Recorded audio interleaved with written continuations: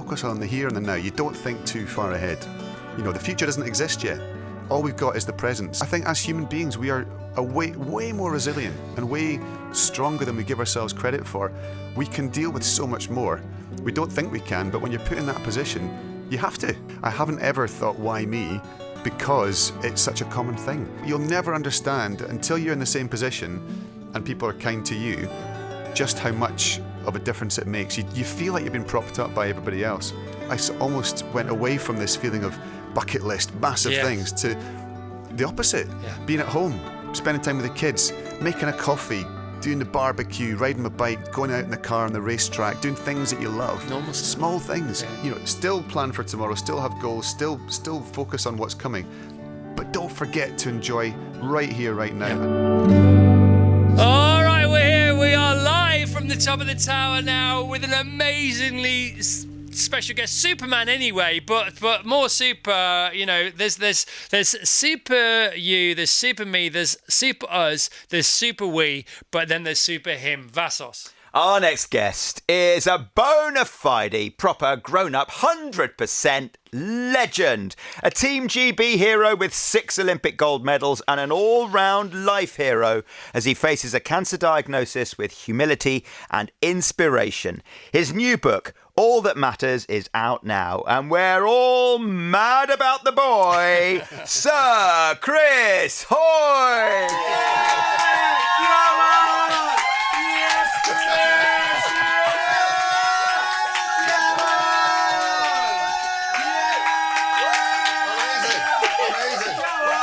Oh my gosh. How much caffeine have you given these guys? That's Mate, incredible. They're Thank like you. this anyway. That's them, going down a gear. Mate, welcome to the show. Thank you. What an introduction. What a book. So Chris Hoy, ahoy, ahoy. All That Matters. You're qualified now more than most other people alive today to write this book. It is a brilliant book, my friend. It is a brilliant book. For anybody who's just landed from another planet, what is the frame with which this whole book, what is at the centre of the frame of this whole book? It covers the last 12 months of my life, really, and the last 10 years as well, but it really focuses on the last 12 months when I received a cancer diagnosis. So no symptoms, no warnings, nothing at all. I had a pain in my shoulder, wasn't going away, went to the physio, nothing could sort it, went for a scan, and there was a tumour in the bone in my shoulder. So they got to the bottom of it, found out secondary bone cancer caused by prostate cancer. So absolutely shell-shocked, no warnings, as I say. So yeah, bit of a bombshell, and the last 12 months have been the toughest of my life without question. So this book documents the last 12 months, but yes, there are very tough points in the book, and it wasn't easy to write it. But I hope it's a book of hope, and I hope it gives people. It gives them the belief that actually, no matter how dark the times you go through, you can get through them. You can get through them. I'm a very different person today than I was a year ago. Yeah. I was looking at, your phone brings up memories from, years ago or, 12 months ago, whatever. Bless those phones. And I had a picture yesterday. I went to see the Chemical Brothers this time last year, and it was, I'm a massive Chemical Brothers fan. Never seen them live before. Went to do it, and I remember just feeling like I was there in body, but not in spirit. And, you could see in the pictures, the smiles were there, but in your eyes, the smiles weren't there. But now, a year on, I genuinely feel as though I've made that progress. We've kind of got through the difficult 6 months. We've accepted what's happened, and we've moved on. And it's a stage 4 diagnosis, so it's with me for the rest of my life. But do you know what? None of us live forever. Yeah, so we've got to. You crack on. You find ways to be positive, to have hope. And this book is about that process. How are you today? Really well, yes. It's great to be here. I'm feeling fit and strong. I'm riding my bike every day. I'm in the gym every day. I've got a whole new purpose now, because I want to bang the drum about this and let people know that, normally it's over 50. You might get a test for prostate. You might get your PSA test done. But for me, I was 47 when I went to the doctor the first time. I've got a history in my family of prostate cancer. So I think anybody over the age of 45, if your dad, your grandpa, anyone in your family has had it, just pop into your GP, get a blood test done. It's not a big deal. It's quick, it's easy. And if you have any issues, they can start, addressing it and taking care of it. There is medicine, there is a treatment out there that can help you if you catch it early enough.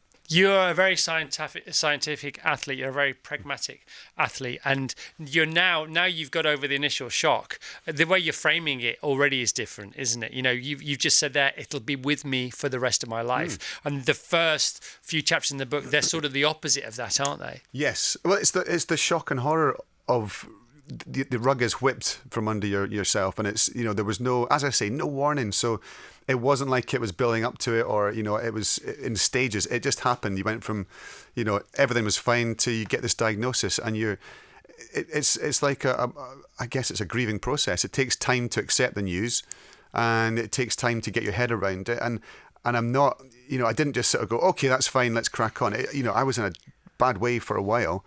But with the support of Sarah, my wife, and really good friends and family around me, you get through it, and you can get through it. So it's not just a book for people who are in a similar situation to me. It's a book for anybody going through a difficult time. Yeah, it's that you can get through it, but it's that you have to be able to be quite tough with yourself in terms of saying, right, you know what, I'm going to actively choose not to embrace the negative thoughts. I'm going to actively I'm not going to let them creep in. They will come, but you've got to push them away and focus on the here and the now. You don't think too far ahead. The future doesn't exist yet. All we've got is the present. So it's like, well, what we're doing right here, right now, in this amazing radio studio, talking to you guys, having fun.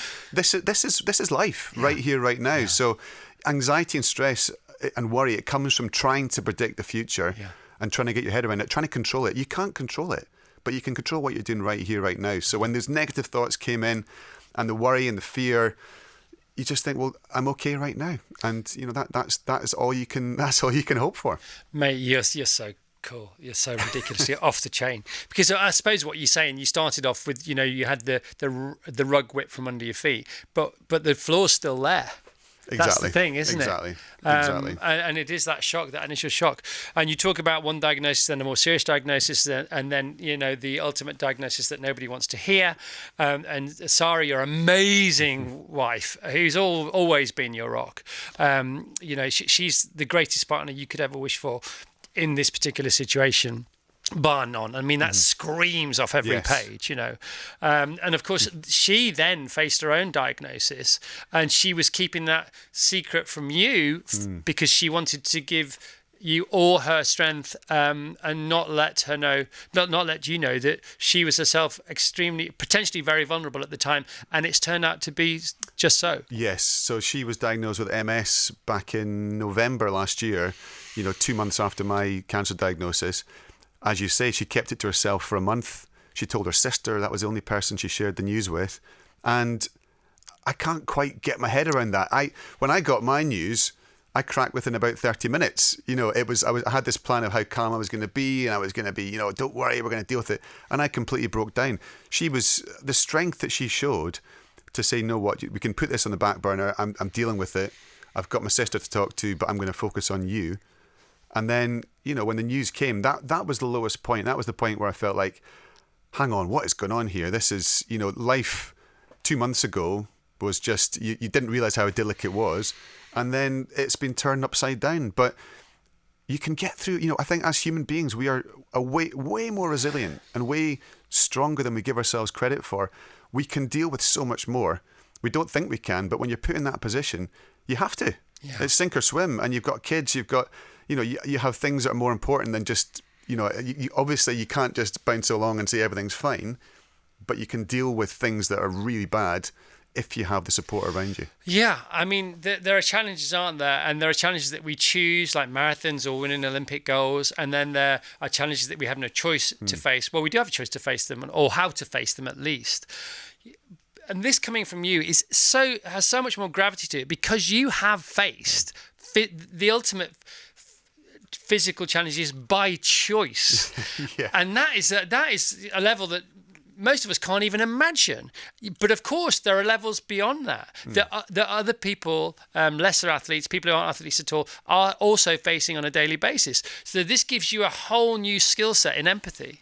It has opened up my eyes to a different world, and to realise this isn't unique. This isn't unusual. This is very common. You know, like for prostate cancer, 1 in 8 men will have prostate cancer in their lifetime. 1 in 2 people will have cancer at some stage in their lives. So this affects every family in the world. You know, this is a massive thing, and therefore it shouldn't be a shock. You know, I haven't ever thought, why me? Because it's such a common thing. Yeah. But there's been times where you've thought, you know, it's happened so fast, and it came out the blue. That was the really, really challenging part. But yeah, you have to I think you have to lean on the people that are there with you, your family, your friends, even the general public. You know, I was terrified going public with the diagnosis and writing it in this book. And writing the book was a really cathartic experience, a cathartic process. But also you're terrified because you think, well, you know, you're trying to protect your family, your kids, your loved ones. Is this the right thing to do? But do you know what? The response to this book and to the announcement has been genuinely overwhelming. And you look at the stats, even the number of men who are going to the doctors and saying, I'd like to get a PSA test. The number of inquiries online about the prostate checker, I think it's nearly 700% up on normal. So you can see tangible differences already, things that are, you know, positive things that keep you going and bolster you and give you that belief that, yeah, you know, you can do this and you're helping people. Do you feel like you got a new job? I do. I do. This is a purpose and a drive that I've not felt since I was aiming for Olympic gold. You know, it's the same, and you feel lucky to have had that one focus in your life, your one purpose, and you accept in sport it lasts so long, and that's it. That's your window. And then the rest of your life, I wasn't trying to chase that feeling. It wasn't. You know, I accepted nothing's going to be quite the same as that. But there's loads of exciting things to do in life and to pursue and roles to play. But this is like nothing else. It's beyond Olympics, that's for sure. And there are other heroes out there going through the same as you or similar, and there are other carers, medical professionals, and not a gold medal to be seen. That's the point, isn't it? Yeah, you just walk past them in the street and you don't know what everybody's going through right now. You could be sitting opposite somebody on the tube on the way to work. You could be, you know, even one of your colleagues at work who might be doing it in silence. They might be sort of holding all this news and this struggle within. So be kind to people. That's the first thing. And you'll never understand until you're in the same position and people are kind to you just how much of a difference it makes. You feel like you've been propped up by everybody else. And the response to the book, to the announcement, we're doing a charity event next year called the Tour de Four, which is aiming to sort of change the perceptions of stage 4 cancers. The response to that has been unbelievable. Like, it really is genuinely incredible. So we're hoping to have it's going to be a bike ride next year in Scotland. We're hoping, we haven't got the dates and everything finalised, but it's likely to be from Glasgow to Edinburgh, 40 miles. It's a challenge, but it's not a ridiculous challenge. So hopefully a lot of people can do it. And we're hoping to get, it's for everybody, but we're hoping to get as many people who are in the same boat as me who have stage 4 cancer to be there to show that this doesn't have to be the end. And that, a lot of people aren't as lucky as I am. But for me, I have some time, and I'm healthy and fit and strong. You're right so now. Healthy. And I'm on the bike every day. During chemotherapy, I was on the indoor bike every day, apart from 3 days, and even just turning my legs, because they said, look, exercise is good if you can keep your body moving. So it's like that was the thing I clung on to and the thing I focused on. That's the proactive thing I could do. You're basically got to lie down and let a lot of stuff just happen to you, but the stuff that you can fight back against. It felt like exercise was that, and it was quite a therapeutic thing to do mentally. A mental space to go and exercise and feel that you get that benefit from riding your bike or doing something, moving your body. Yeah. Mentally, you feel better too. And you already have had a post-elite athletic career via talks, motivational talks. This is how you do this. This is how I train. This is how you train.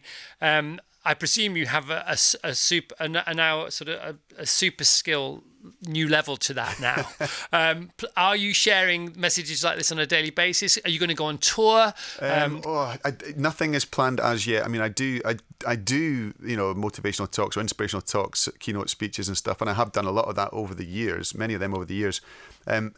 But funnily enough, yeah, one of the main themes that I have talked about in the past is adapting to change, embracing change, finding opportunity in these situations. Yeah. So I kind of thought, you know what, you've got to walk the walk here. Yeah. You've been standing on stage preaching to people for many years about change is a good thing. You can find opportunity. How do you go about it? Well, you've got to set the new goal. You've got to build a team around you. You've got to follow the process and only control the things that you can control. Yeah. Worry about the things you can control. It's like, well, now's your chance to actually, do what you preach. Walk Practice the what you walk. preach. Yeah, exactly. Walk the walk. So I've kind of used my own advice over the last year. But yeah, I think I will be, I have to be including this last 12 months in any talk that I do now. Yeah. Because I think it's more relatable than just riding bikes around in anti-clockwise circles, for a living. I think, and this finding hope, I think, is the biggest thing.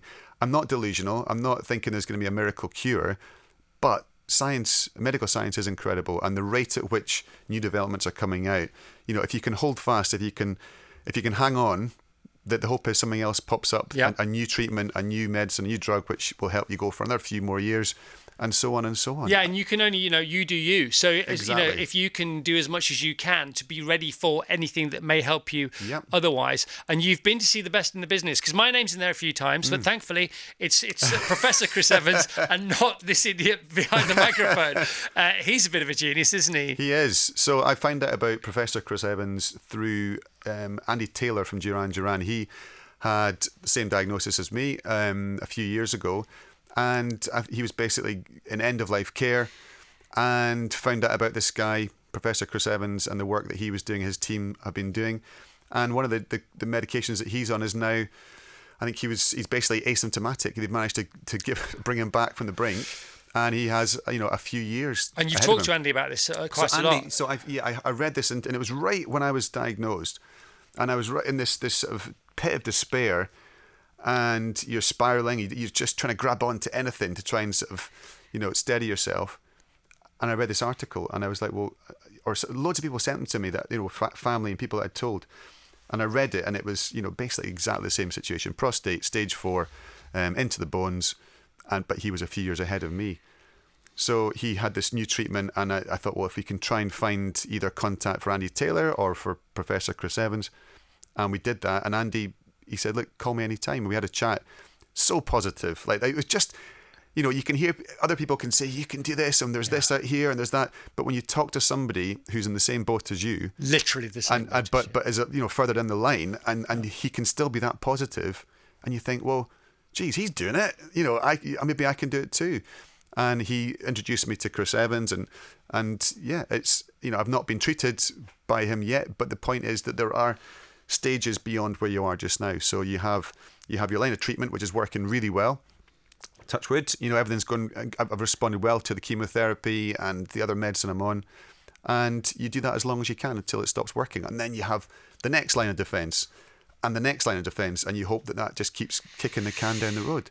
And like you say, never say never. Yeah, Jeez. exactly. And none of us live forever. That's the point. You live this. That's the point. This is the wake-up call for me. It's not as if we had an infinite life and I found out I don't. It's, we all know the facts of life. Yeah. But we live as if we're going to live forever. We act as if we're going to live forever. We let small things get to us. We worry about stupid stuff, of which 90% never actually happens. Oh my gosh, I so want to talk to you about all that, by the way. Because we all have the ultimate same diagnosis. It's just that there are different timelines, which is exactly what you're speaking to. So one of the questions that I've talked about before is, if you were given a stage 4 diagnosis, for example, would one immediately think, okay, right, what do I want to do? What do I want to achieve? I've got to get my affairs in order, but I've got to get my dreams lived, as many of them as I can. I would presume I'm only presuming, and it's great to have you here if you don't mind talking about it. Yeah, of course. And I thought a more intriguing question was the second question, which was, what would you stop doing? Which screams you'd stop all the nonsense, or you stop the things you don't like. Now, I think, what do I know? But I think that one of the wisest ways to live life is to live life in such a way that you could answer that second question, well, I wouldn't change a thing because I'm so happy because I've carved out the life that I want. Can you speak to those two questions, please? I think you're absolutely right. You've got to cut out that. For me, the biggest thing that I've changed is not worrying and not focusing on stupid stuff, things that really were irrelevant and that might not happen, but you worry, you try and predict the future, you try and look ahead, you try and think what's going to happen. And at the heart of your life, have you got a family around you love? Are you taking care of these people? Are you living the life to the fullest? It doesn't mean that you have to go out every single day and go and climb a mountain or do something huge or crazy. It's the small things. Like genuinely, I almost went away from this feeling of bucket list, massive things, to the opposite. Yeah. Being at home, spending time with the kids, making a coffee, doing the barbecue, riding my bike, going out in the car on the racetrack, doing things that you love. Normal stuff. Small things. Yeah. And I think it's appreciating the here and the now. Not... I've lived my life having goals, setting goals and having challenges and stepping stones towards those goals. And that's great. You need things to motivate yourself. But sometimes you can be so focused on the goals and next week, next year, next 10 years, you forget to live in the here and the now. And that is the biggest change in my life, is that I'm better at living in the present, appreciating the present, not rushing through it as much and not thinking, I just need to get through today. Oh God, it's... Enjoy the moment. Even, I was on a flight, I was waiting to get on a flight and the flight was delayed and I was sitting in an airport and normally be like, oh God. I was like, I'm sitting in an airport, I'm comfortable, I'm warm, I'm not in any pain. I've got, a phone that I can find anything and I've got the information, the whole world in my hands. I've got, people to chat to, I've got things to do.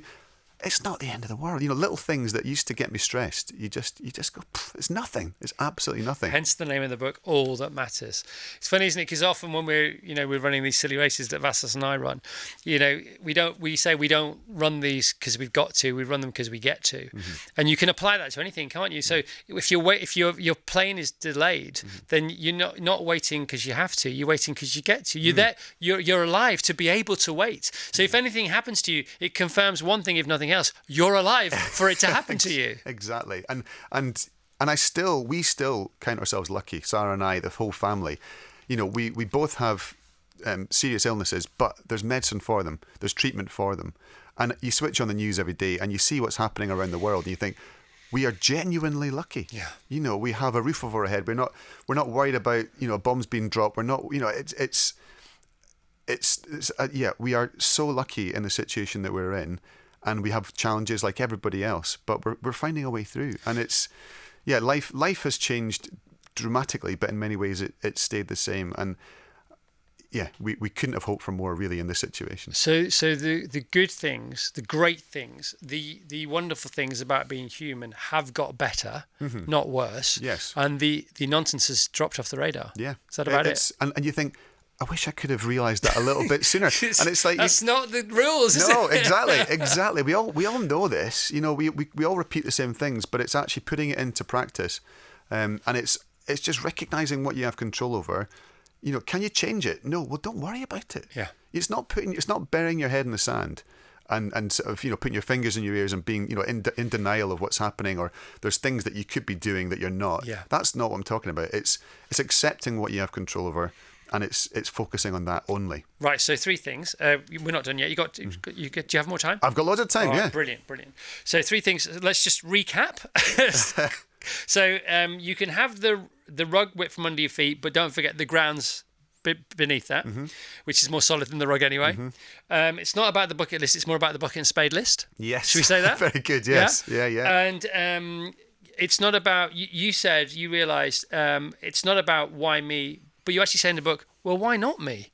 I'm a human being. Yeah.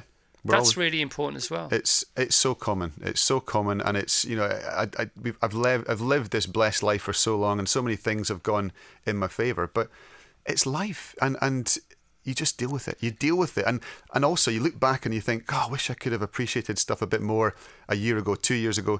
So it's a wake-up call to go, do you know what, today's good. You're even still doing that. Yeah, and you know not to do it more than anybody else. Exactly. So you've got to remind yourself, look, still plan for tomorrow, still have goals, still focus on what's coming. But don't forget to enjoy right here, right now. Yeah. And even if it's nothing massive and you look at other people and think, oh, they're doing really cool, exciting stuff. I'm not doing that. Do you know what? You're here, you're breathing, you're having a good day. Get on with it. And more than that, which is what you're doing as well, what can I do with this to help other people who are experiencing this either personally or secondhand? So that's really important too, isn't it? So you're now in the service. You're always an inspiration to us, being a 6-time Olympic gold medalist, but never more than now. And for the most sort of unwelcome reason one could imagine, but actually you are now more of an inspiration than you ever were. And I'm sure you couldn't even have contemplated that being the case. No, it's a bizarre situation to be thrust into and to find yourself in. But the benefit of it is, as you say, I can do a lot of good having this platform, and most people don't have this platform, so it's a privilege to have it, and therefore you've got to make the most of it. And you do it with all your charity work. When you have this reach, you use it. And just by coming out, writing this story, and going public about my diagnosis, to see the response, see the number of men who have gone to their GPs and just said, "Can I get a blood test, please?" I've got a friend. I mean, that we're talking about hundreds of thousands of people have done that already. But I've got a friend who I confided in very early on, and he's in his early 50s. Went to his doctor, got a blood test, no symptoms, nothing at all. He has prostate cancer, and he was absolutely shattered. But he got it early enough. Yeah. So he's had radiotherapy, he's had treatment, and now he's cancer free. Yeah. So you just go, God, how many other people are out there right now that don't know that just a quick, simple blood test, it's not a difficult thing to do. The chances are it's going to just give you confidence that you're going to get it. There's nothing wrong. Everything's fine. Come back in a year, 2 years' time, do another one. But there's a chance you might have it, you might not know, and it's okay. There are ways of treating it. Do you know how often we should have PSA tests? Do you know, is it 2 years, 3 years? It depends on your situation. I think for me, I'm doing it regularly. Well, of course, but I think, you are. Yeah. I think it's annually. Early on. In France, it's from the age of 40. In the UK, it's the age of 50. But it's for me, I think if you've got anybody, like I've got family history of it, it's genetic. But if you've got any family history, 45 and over, go and ask your doctor. It's peace of mind. Yeah. And once a year... PSA of mind. Very good. Yeah, exactly. Amazing. The book's funny. It's funny. There's some really funny things in the book. It's funny. It's brilliant when your country, your home nation, your homeland names not a stand after you, but a stadium after you. That's fantastic. But it's hilarious when then one day you're not allowed in. Yeah. What was that about, Chris? Commonwealth Games 2014. I was broadcasting, Claire Balding, BBC. We were doing the live trackside punditry and presenting, and we weren't running late, but we were on schedule. But the trouble was, I had a pass which allowed me to go in the main entrance. Thousands of people, funneling in. I had to get up onto the concourse into the studio area. If I'd gone in the main entrance, it would have taken a bit longer. We thought we'll sneak in the competitors' entrance way. We went down there with our passes, and the lady at the door said, "Hold on, no, sorry, your pass doesn't let you in this way." What's the stadium called? It's called the Sir Chris Hoy Velodrome. What did it say on your pass? What did it say on your pass? It said Chris Hoy, yeah. Did it please tell me it said Sir Chris Hoy? I genuinely can't remember. But either way. Look. But do you know what? But she wouldn't have looked at that. She would have looked at the little symbols at the bottom that will have, whatever, and it wasn't on there. And she was doing her job. No, of course she was. Doing her job. You say she was doing her job and quite right too. Yeah. This is not a customer complaints department, but it's just hilarious. It was. But the thing was, she didn't do anything wrong. It was her job. But yeah, that was funny. So the book isn't just about the last 12 months. It's about the last 10 years and all that. Aside from the cancer diagnosis, it's post-Olympian, isn't it? Yes, and it's the chapters alternate, don't they? Mm-hmm. It's the cancer journey of the last year, and then post-career of the last 10 years. That's and it's beautifully written. It's very Cain and Abel. I don't know if you've ever read that book, but it's basically Cain and Abel. Thank you. It's stunning. I forgot.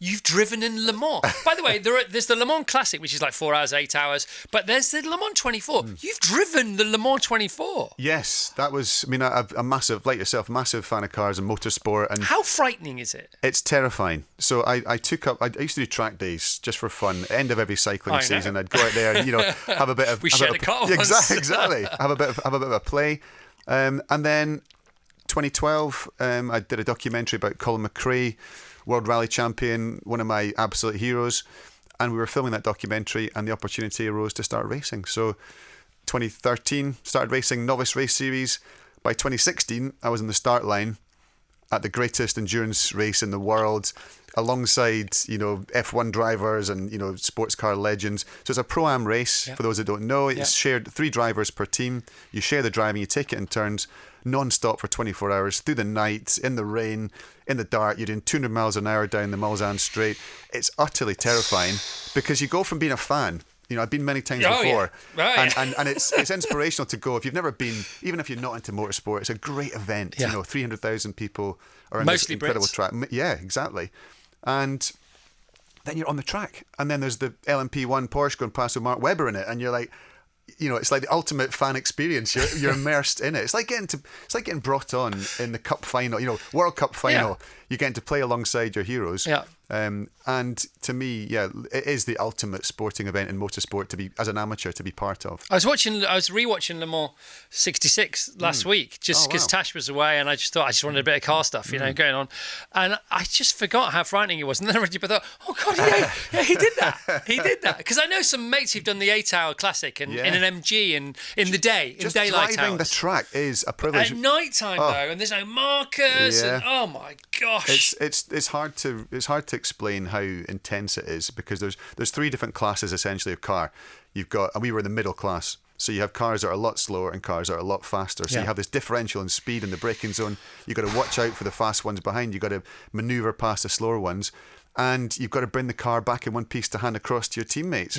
Because and it's 2 hours, isn't it? Per. It's about, I did either double or triple stint, so it's either about 1 hour and 50 or 2 hours 40. Forget it. I love cars, but forget it. Forget it. But honestly, and that's why. So during the whole, during chemo and during the last year, I've done a couple of races, but I go and just do track days where you're driving around track where you have to have that concentration. Yeah. Because your mind is so focused on the next braking point or the apex or the pickup on the throttle, whatever you're doing. Well, you're in the moment. Well, you're in the moment. Yeah. So during chemo, during the early weeks, it was pretty much the only real mental escape that I had. It allowed me to completely focus, and you sort of finish. You do half an hour in the car, you come back in the pit lane, and you're like, oh, that was a relief. I had half an hour away from thinking about cancer. Yeah. You've come back to chemo, so let's go there. But we'll go there even comically, as you do in the end. How cold is the cold cap? Oh. Will your head ever be cold again just because of the weather? So to explain that through chemo, obviously you have the infusion of medicine, and that's the main purpose. But with that, you can permanently lose the sensation in your fingertips and your toes, and you can lose your hair. So basically, they found out that if you freeze your fingertips and your toes, and you put an ice cap on your head, that it can minimise or reduce the risk of all these things happening. Yeah. So I wasn't fussed about losing my hair. I've not got a massive, big, thick, lush head of hair as it is. So I was like, well, if I lose my hair, I lose my hair. But if I can keep it, then I don't have to explain anything publicly for a while yet. And also, my son, he was quite sort of worried about what would happen. Are you going to lose your hair? Because he knew someone who'd had cancer and lost their hair. And I think he was worried about me turning up at school out the blue, suddenly having lost my hair. Yeah. So that gave me the strength. I'm going to do this, put this ice cap on. And I'm not going to frighten anybody who's about to go through a similar process, but it's really, really unpleasant. And you don't have to do it. It's a choice, but I think because it's a choice, that makes it harder. If they say, this is the treatment, this is going to help keep you alive, you go, well, fine, I'll put it on. But when it's a choice of, if it's tough, just take it off. And that was the difficult part, was kind of pushing through. And you know about pain. Yeah, it's part of who I am, I suppose. It's, through the cycling, all the years, the training, you get used to ignoring the signals and ignoring the screaming from your legs or from your lungs. You sort of say, no, keep pushing on. But this was a different kind of thing. It's passive. You're sitting there and it's happening to you. You're not doing the exercise to cause the pain. Right. You're just sitting there in a chair with this thing on your head, and it's squeezed on tight because it has to have a really tight contact. And they pump this gel through, which keeps it at this really, really cold temperature. I think the hands and feet are about minus 27 Celsius. I'm not sure what the cold cap is, but it is. Some people can deal with it absolutely fine, and some can't deal with it at all. And I'm kind of halfway between the two. Well done. Congratulations. But it worked, and it allowed. It just gave. I felt proud that I was getting through it for Callum, and also you realise during that, one of the sessions, it took 4 hours. I had it on for, and for the first 10 minutes, you're like, this, I cannot do this. I can't do this, not for 4 hours.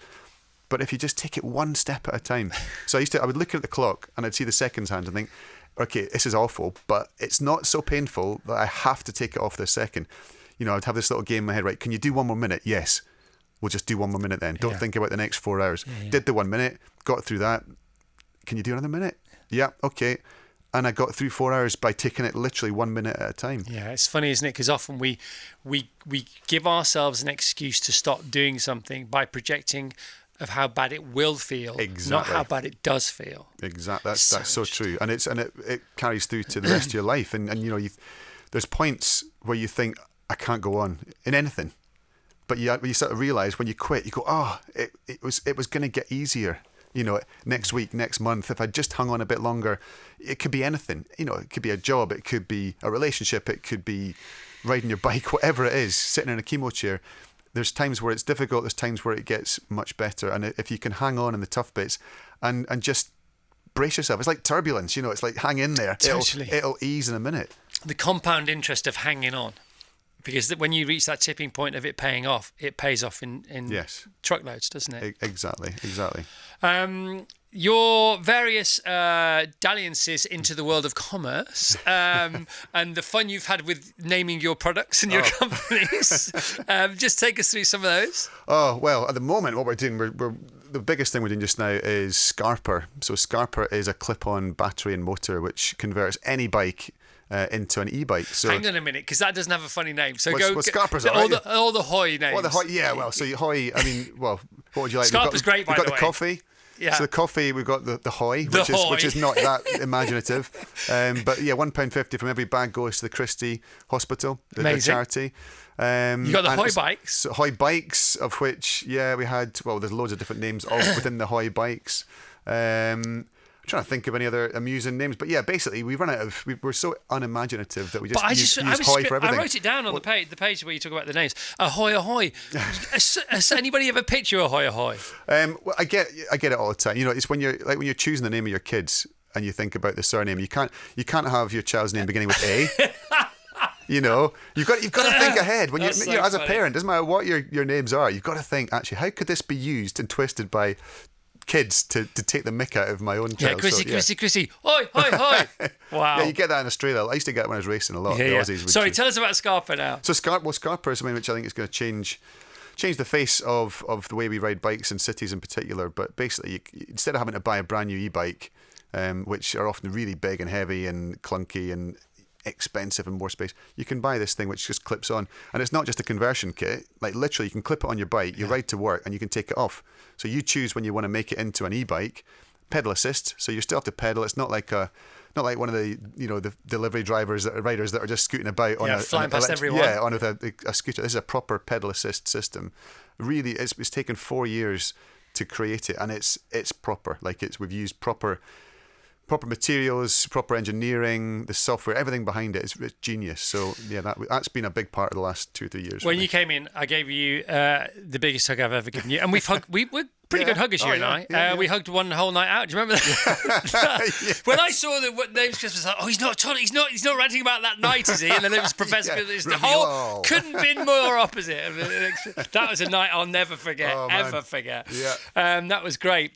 And we hugged a lot. Then we sort of had to keep each other up for most of the night. But I gave you a big hug just now, and you feel as granite as ever. So what is you really? I mean, do too. Yeah, well, thanks very much. Not quite. I could feel your pecs against mine, and I couldn't feel my pecs against yours. So you still have it on the kind pec of radio front. show, Chris. Come on. I know. So what is your fitness regime like now? What is your health regime like now? What can you share with our listeners that might help them? I think the key thing for anyone listening is, you don't have to do some extreme exercise regime or program to get a benefit from it. It's about moving your body, finding ways to do that, make it fit into your life. A walk to work instead of driving or taking the train or whatever. It's finding the ways to get it into your life. So for me, I'm pretty busy, but I try and do something every day, either on the bike, in the garage at home. 30 minutes on the bike is better than doing nothing. So even if you've got a stacked day, just get up 30 minutes early, do it, get it done. And better you feel a bit every day than 1 hour a week or 2 hours a week. Don't try and do, if you're a cyclist, don't go out and do a 5-hour ride on a Sunday and absolutely, you can do that, but try and also supplement Don't it. try with, and cycle up a mountain. Yeah, That's in the book as well, isn't it? So I ride my bike, I go to the gym, and I do stuff I enjoy. But when I'd finished chemo, so through chemo, I did something every day apart from 3 days. And I dragged myself onto the bike to feel like I was fighting back, I was punching back, doing something proactive. And I tried to maintain some level of fitness. I then we went on holiday. As soon as, for 4 months, you couldn't leave the country. I got through the darkest months in the middle of winter. Easter time, we went out, I did a charity event in Hong Kong, and then I went to Thailand with the family, and we had a couple of weeks there. And I took the bike, and I went out on the first day, and I remember, and I went out at sunrise. It was literally just as the sun was coming up, the earliest I could possibly get out.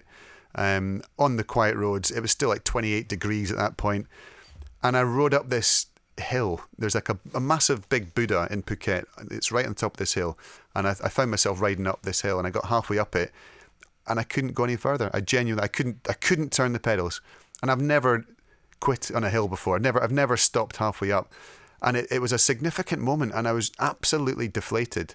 And I came back to the hotel, and so I was, how's the ride? And I was like, yeah, it was fine, but I was kind of devastated. You shattered, weren't you? And I spent the rest of the week, I tried to find flatter routes for the rest of the week and tried to build up. I just didn't have, over the years, when you call upon the muscles in your body to respond, you go, right now, you're gonna work now, and they respond, and you have that mental link between your brain and your body, and it felt like it just wasn't able to do what I was asking it, and there's reasons why, obviously, but still you kind of think, no, I'll be able to push through it. I'll be able to get up the hill. I won't go fast, but I'll be able to get up it.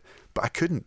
So I came back at the end of the holiday, having kind of built up to it, and I got through it. And I got to the top of the hill, and I realised that the bit that I quit on, there was a hairpin, and just after that hairpin, the gradient eased a little bit. It was still going uphill, but it wasn't like 25%. And I realised that what a metaphor for life, that actually those points where you think, I can't go on. If you can just hang in there, if you can just grip on and keep going, it will ease eventually. And that was exactly what happened. So I learned a lot about life on that one bike ride. And since then, my fitness has got better and better. I've been, I was away in Greece last week for half term. I was riding, out there over these mountains out there. I'm as fit as I've been in the last 12 months by a long way right now. And even in the gym, getting stronger. So it's finding your own, within your own life, within your own situation, how can you fit exercise and movement within your week? And try and do it if you can every day, even just walking, just doing something. Use the stairs, don't use the lift. Yeah. It's move your body, use it or lose it, and if you can keep active, the benefit mentally is hard to overstate. What's the plan? Well, the plan is right now, keep doing what I'm doing, in terms of treatment, because it's working, touch wood. And the diagnosis was 2 to 4 years, but actually, if you look beyond that, it can be many years. There's people out there that are still around who've been in a similar situation for 20 years. So, there's hope. There is hope. And I'm very lucky that there is treatment for me. But also, you don't know. It could be less than that. So that is the target, crack on, many years ideally. And within that time, I want to change perception of what stage 4 can look like. For a lot of people, they don't have the luxury that I have, and the time is much, much less. But for those that are in a similar situation, there's a lot of life left to live. And within that time, I want to, first of all, get more men to their GPs asking for PSA tests. Go and ask for a PSA test. It's a blood test. Get it done. Peace of mind. It's done. Do it once a year. Easy. And also, if there is something to report, time is on your side and is your greatest asset. Exactly. Catching it early, and it's not a big deal. Your greatest currency is time. Yes, absolutely. So that is the clear message. And aside from that, the Tour de Four. This amazing event we're going to be running next year, a charity event. I'll be making sure both you guys, Vassos and Chris, you're going to get the bikes out, mate, or come down to the village at the end. Oh, amazing! We're there. We are there. We are literally at your service. Oh, Front page of the Sun today. You're in the building where this newspaper is composed. Will's on Kate and King's cancers. Brutal, dreadful for family. Hardest year of my life. How much can you relate to that?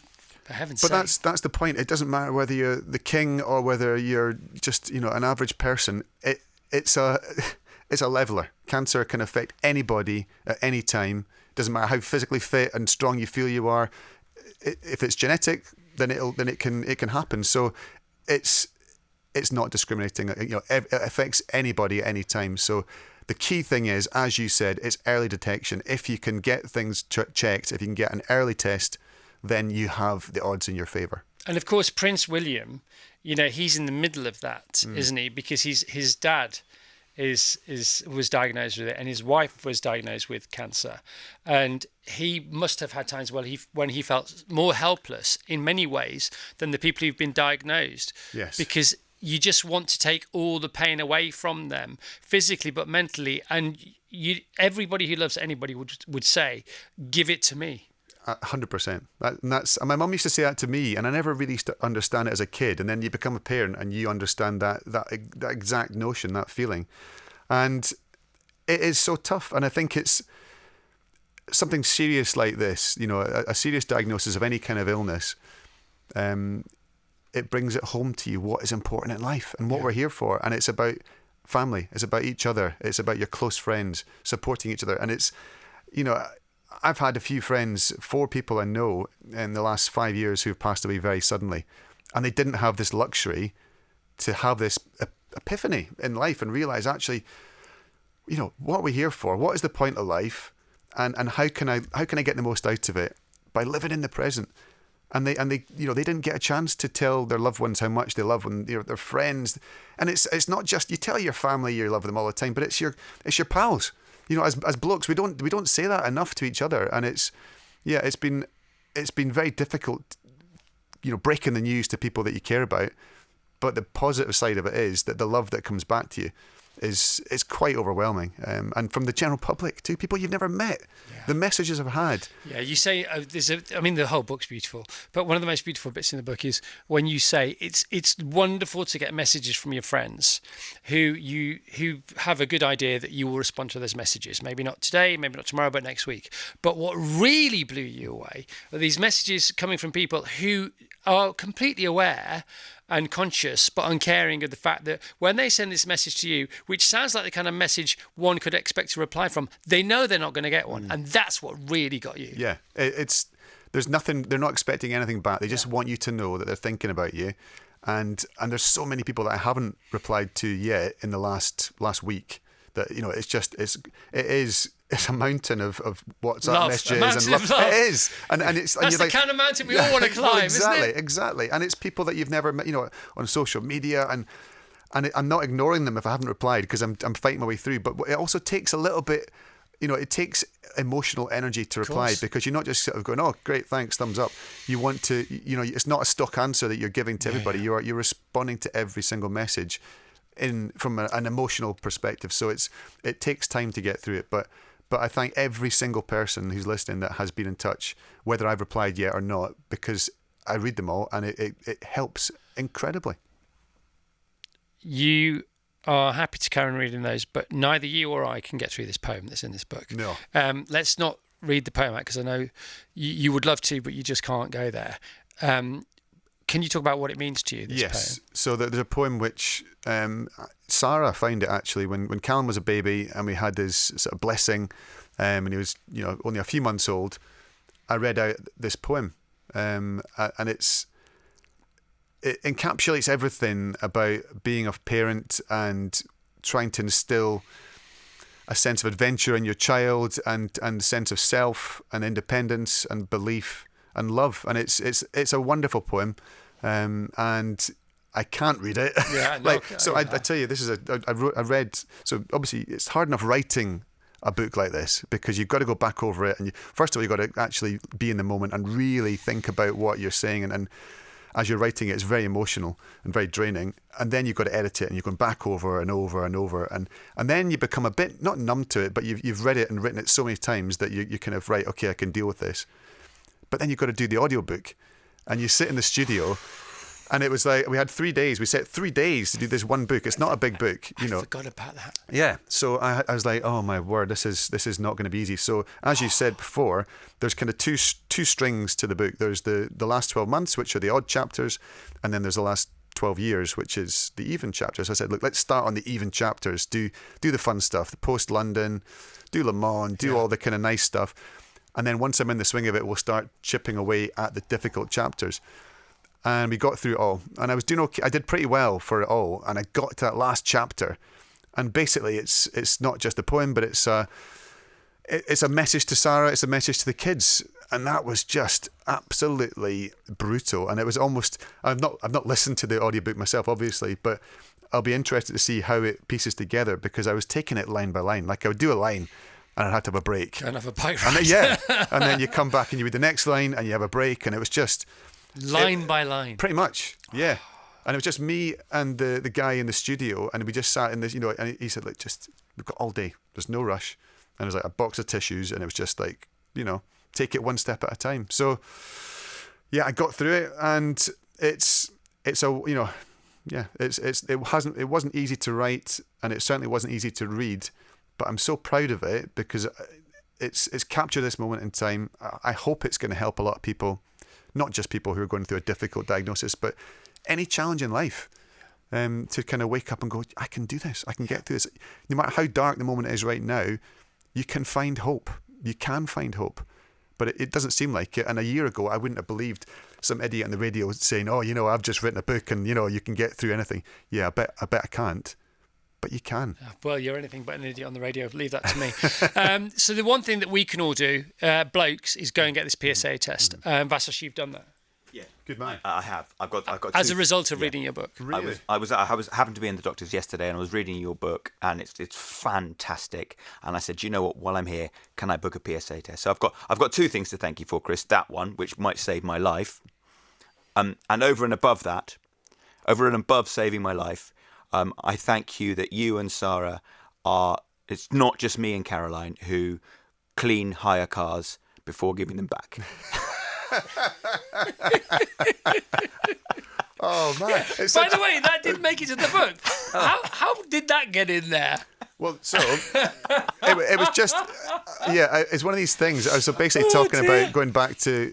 I was dropping off a car that I'd used in Australia for a road trip, and I had my bikes on the roof. I had a roof rack on it, and the car was just all dusty and manky. I was about to hand it back in, and it was a car company that had supported me, and they said, we'll give you a car. Anyway, I thought I'll give it a clean. Went into the car wash. Sarah says, "Don't forget you got the bikes on the roof." I was like, "Yeah, there's plenty of room." And as I said that, crunch, hit the bikes, bent the car, A-pillars, the A-frames, shattered the windscreen. It was just like, oh my God. And then the guy who ran the car wash goes, "Well, you've bent this gantry, you're going to have to claim insurance against that." And I was like, oh my. So it was horrendous. And but yeah, there's something about handing back. I always like to brim it up, full petrol, give it a clean. You give it back as you wish, as you'd like to receive it, I suppose. What was most embarrassing, that or crashing on the hill at Goodwood? I never get away without mentioning the old Goodwood crash. Goodwood crash was the lowest point in my motorsport experience so far. It was just it's so embarrassing. So for those that aren't aware, the Festival of Speed, a hill climb up the Goodwood estate. Motorsport, there's crashes all the time. It's part of racing. But the one thing you don't do at Goodwood is crash. So it's not a race. It's a timed run up a hill. Yeah.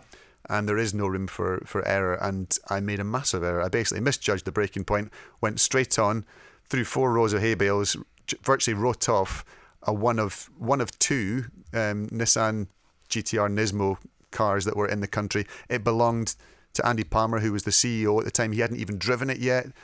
So it was so visible. There's like 100,000 people there. It was all over social media. And I didn't want to get out of the car. I just wanted to sit there until everyone had gone home, hide my face. And I had to go to dinner that night as well, and it was just the ball, and it was just mortifying. So yeah, it was just the thought that the reason I was so upset was I thought people would have thought that I wasn't taking it seriously, and I was just some, blasé. Oh yeah, I'll jump in that car. I can do this, and I'd just been stupid. But it was just a lack of judgment, and I was absolutely mortified. I've done the hill climb a few times in front of that crowd, and word to the wise, bit too late now. Just play to the crowd, mate. Yeah, that's what I did. I've been up loads of times, and it's just no one ever remembers it. Oh yeah, no one remembers the times you go up without incident. It's only that one time. It doesn't look that fast anyway. No, exactly. Even if you're giving it all the beans, yeah, you're right. And you watch your back, you go, oh gosh. Yeah, you could do that. Chris, it is fantastic to see you, my friend. Likewise. It is fantastic to see you. So, Chris Hoy, All That Matters. This amazing book. It's out now. It's already in the Sunday Times bestseller list. It will be number 1. Can we just have another massive round of applause for Sir Chris Hoy? Thank you, Christopher. Thanks, mate. Thank I you, love Vassos. you. You too. I love your family. Thanks for having me. We're all up for stage 4, Tour de 4. Tour de 4. Yeah. We're up for anything you want. Come to Carfest. Drive cars at love to. Carfest. Give talks. Talk to the crowd. Spread the message. You got a new job. Yeah? I You do. know what it is, yeah? Thanks, mate. It's the most important Thank job you. of your life. Amazing. Amazing. Virgin Radio.